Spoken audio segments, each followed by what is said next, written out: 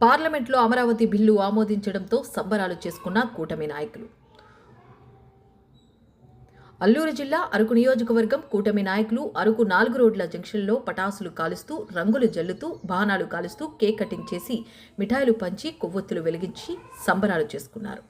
BJP SC ST vigilance member మాట్లాడుతూ, ఆంధ్రప్రదేశ్ శాశ్వత రాజధానిగా అమరావతిని చట్టబద్ధత కల్పించిన ప్రధాని నరేంద్ర మోడీకి, కేంద్ర మంత్రి అమిత్ షాకు కృతజ్ఞతలు తెలుపుతూ రాష్ట్ర పునర్విభజన చట్ట సవరణ బిల్లుకు పార్లమెంటు ఆమోదించడం సంతోషం వ్యక్తం చేశారు.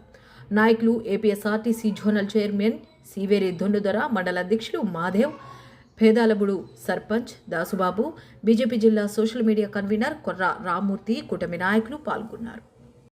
ఒక కీలకమైన రోజు, అది ఆంధ్రప్రదేశ్ రాష్ట్రానికి రాష్ట్ర రాజధానిగా అమరావతిని గుర్తిస్తూ పార్లమెంటులో కానీ, రాజ్యసభలో కానీ, లోక్సభలో కానీ, రాజ్యసభలో కానీ జరిగిన ఏకపక్ష తీర్మానం ఏదైతే ఉందో అది భారతదేశానికి చరిత్రలో, ముఖ్యంగా మన ఆంధ్రులకు ఎంతో గౌరవకరమైన రోజు ఈరోజు.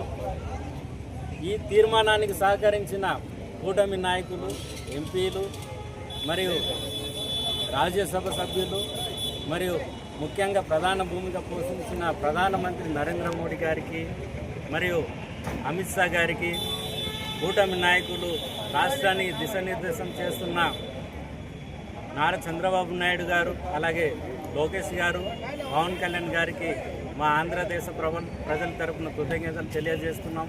ఇన్నాళ్ళు రాజధాని ఏది అంటే కూడా రాయలేని పరిస్థితిలో ఉన్నాం. మనం ఒక కాంపిటేటివ్ ఎగ్జామ్ రాయాలన్నా ఒక రాజధాని ఏదంటే తెల్లమొహం వేసుకున్న రోజులు ఉండేది. కానీ ఈరోజు నీ రాజధాని ఏది అంటే ఫలానా అని చెప్పగలిగే అవకాశం ఈరోజు వచ్చింది. కనీసం ఒక పంచాయతీకి కూడా ఒక కేంద్రం అన్నది ఉంటుంది, దానికి ఒక పంచాయతీ ఆఫీస్ అన్నది ఉంటుంది. అలాంటిది ఒక రాష్ట్రానికి ఒక రాజధాని లేదంటే అది చాలా బాధాకరమైన విషయం. ఈరోజు దాన్ని చట్టసభల్లో ఒక తీర్మానం జరిగి మన ఆంధ్రప్రదేశ్కి న్యాయం చేసినందుకు పార్లమెంట్ సభ్యులందరికీ కూడా ధన్యవాదాలు తెలియజేస్తున్నాం.